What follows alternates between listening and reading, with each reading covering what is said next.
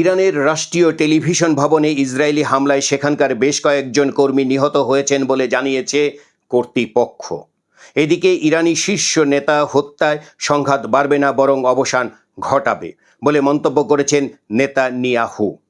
Iran উত্তেজনা নিরসনের বিষয়ে কথা বলতে চাই বলে জানিয়েছেন মার্কিন প্রেসিডেন্ট ডোনাল্ড ট্রাম্প। এই হচ্ছে সর্বশেষ খবরের সংবাদ শিরোনাম।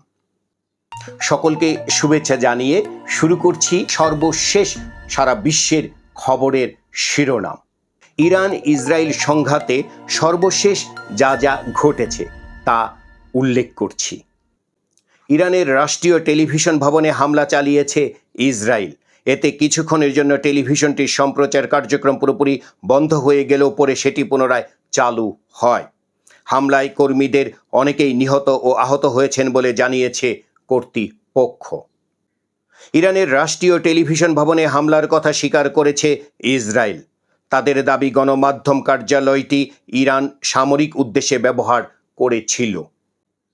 ইরান উত্তেজনা নিরসনের বিষয়ে কথা বলতে চাই বলে জানিয়েছে মার্কিন প্রেসিডেন্ট ডোনাল্ড ট্রাম্প। এক্ষেত্রে সময় থাকতেই ইরান ও ইসরায়েলের আলোচনার টেবিলে বসা উচিত বলে মনে করেন তিনি। ইরানে নতুন করে ইসরায়েলি হামলার খবরে দলে দলে তেহরান ছাড়ছেন সেখানকার বাসিন্দারা। তেহরানের একটি বড় অংশের বাসিন্দাদের এলাকা ছেড়ে অবিলম্বে অন্যত্র সরে যেতে বলেছে ইসরায়েলি নিরাপত্তা বাহিনী IDF। ইরানের সঙ্গে সংঘর্ষে ইসরায়েল বিজয় অর্জন করতে যাচ্ছে বলে দাবি করেছেন ইসরায়েলের প্রধানমন্ত্রী বেনিয়ামিন নেতানিয়াহু। ইরানের পশ্চিমাঞ্চলে অবস্থিত কেরমানশাহ শহরে ফারাবি হাসপাতালে ইসরায়েল সরাসরি হামলা চালিয়েছে বলে অভিযোগ করেছেন ইরানের পররাষ্ট্র মন্ত্রণালয়ের মুখপাত্র ইসমাইল বাঘাই। ইরান ইসরায়েল সংঘাত বন্ধে মধ্যস্থতা করতে প্রস্তুত পুতিন ও এরদোয়ান। ইরান ইসরায়েল পাল্টাপাল্টি হামলা অব্যাহত থাকায় আপাতত ইরানের সঙ্গে নিজেদের সীমান্ত বন্ধ রাখার সিদ্ধান্ত নিয়েছে পাকিস্তান।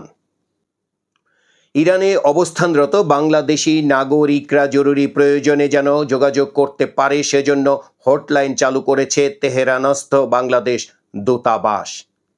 আয়রন ডোমে আগের মতো ভরসা পাচ্ছে না সাধারণ ইসরায়েলিরা। ইরানের মিসাইল লঞ্চার ও ক্ষেপণাস্ত্র উৎক্ষেপণ যন্ত্রের 1/3 ধ্বংস করে দেওয়ার দাবি জানিয়েছে ইসরায়েলের সেনাবাহিনী। পরমাণু বিষয়ক আলোচনা অব্যাহত রাখতে হলে মার্কিন যুক্তরাষ্ট্রকে আগে ইসরায়েলি হামলার নিন্দা জানাতে হবে বলে জানিয়েছেন ইরানের পররাষ্ট্র মন্ত্রণালয়ের মুখপাত্র ইসমাইল বাঘাই। ইসরায়েলের বিরুদ্ধে ইরানিদের ঐক্যবদ্ধ হওয়ার আহ্বান প্রেসিডেন্ট মাসুদ পেজেশকিয়ানের।